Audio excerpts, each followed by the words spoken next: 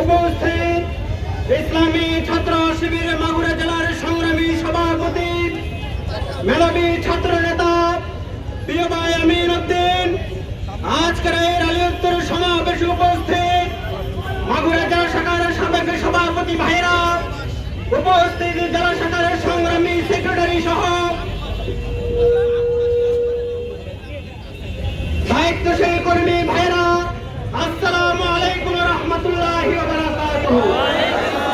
সংগ্রামী উপস্থিতি, আপনারা জানেন 1977 সালের 6 ফেব্রুয়ারি ঐতিহাসিক ঢাকা বিশ্ববিদ্যালয় কেন্দ্রীয় জামে মসজিদ থেকে যেই ক্ষুদ্র এক কাফেলার চলার পথ শুরু হয়েছে, আজকে হাঁটি হাঁটি পা পা করে ইসলামী ছাত্র শিবির 48 বছর অতিক্রান্ত করেছে। স্বাধীনতা পরবর্তী সময়ে খুনি ফ্যাসিস্ট শেখ মুজিবুর রহমান যখন একদলীয় বাকশাল প্রতিষ্ঠা করেছিল, দেশের শিক্ষাঙ্গনগুলোতে ছাত্রদের হাতে কলমের পরিবর্তন অস্ত্র উঠেছিল। অস্তিত্ববাদের ত্রাল গ্রাসে এদেশের ছাত্র সমাজ, মুসলিম শিক্ষার্থীরা তাদের নীতি নৈতিকতা ভুলে গিয়েছিল। সেই সময় এদেশের ছাত্র সমাজকে আলো দিশা দেওয়ার জন্য ইসলামী ছাত্র শিবির প্রতিষ্ঠা লাভ করেছে। দীর্ঘ 40 বছরের পথ চলায় ইসলামী ছাত্র শিবির 234 জন ভাইয়ের শাহাদাতের নজরানা পেশ করেছে। আমাদের শত শত ভাইয়া গুম হয়েছে, নির্যাতনের শিকার হয়েছে। লাল মুকাদ্দাস সহ অসংখ্য ভাইয়েরা এখনো গুম অবস্থায় আছে। ইসলামী ছাত্র শিবিরের হাজার হাজার নেতা কর্মীদের রক্তে রাজপথ বারবার রঞ্জিত হয়েছে। শিবিরের লক্ষ লক্ষ নেতা কর্মীরা বারবার কারণ নির্যাতনের শিকার হয়েছে।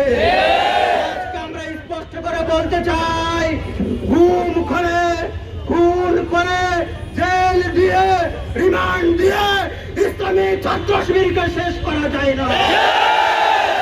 ছাত্র শিবিরকে খুন করা যায়, ইসলামী ছাত্র শিবিরকে রিমান্ডে দেওয়া যায়, ইসলামী ছাত্র শিবিরের নেতা কর্মীদের চোখ উপড়ে ফেলা যায়, কিন্তু ছাত্র শিবিরকে শেষ করা যায় না। আমরা বলতে চাই, 2024 সালের জুলাই এবং আগস্টের বিপ্লবে ছাত্র শিবির ছাত্র সমাজের ভ্যানগার্ডের ভূমিকা পালন করেছে।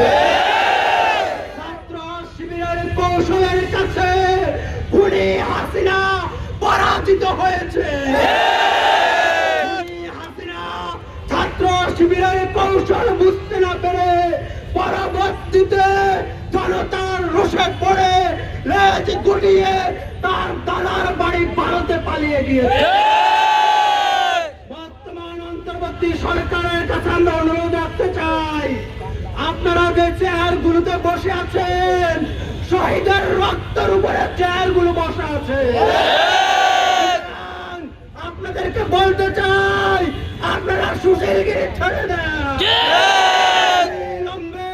জুলাই হত্যাকাণ্ডের খুনিদেরকে বিচারের মুখোমুখি করে।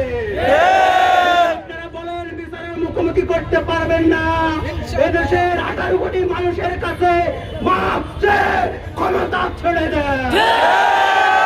সরকারের কাছে অনুরোধ রাখতে চাই, যেই খুনি হাসিনার হাতে আমাদের শত শত শহীদ ভাইয়ের রক্ত লেগে আছে, সেই হাসিনাকে দ্রুত সময়ের মধ্যে ইন্টারপোলের সাহায্য নিয়ে বাংলাদেশে এনে 18 কোটি মানুষের মুখোমুখি দাঁড় করাতে হবে।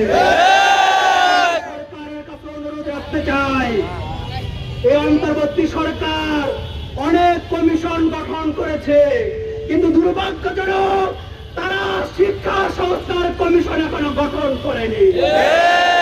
সরকারকে বলতে চাই, দ্রুত সময়ের মধ্যে একটি স্বাধীন শিক্ষা সংস্কার কমিশন আপনারা গঠন করেন। আমরা সরকারের কাছে বলতে চাই, বিশ্ববিদ্যালয়গুলোতে অবিলম্বে ছাত্র সংসদ নির্বাচনের ব্যবস্থা করে দেন।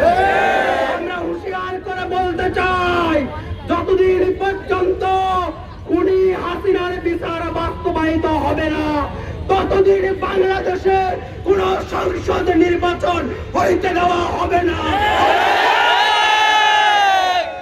সম্মানিত ছাত্র জনতা, আমরা দেখেছি যে টেন্ডারবাজি, সাদাবাজি, ছাত্রী নির্যাতনের বিরুদ্ধে এদেশের ছাত্র জনতা জীবন দিয়েছে।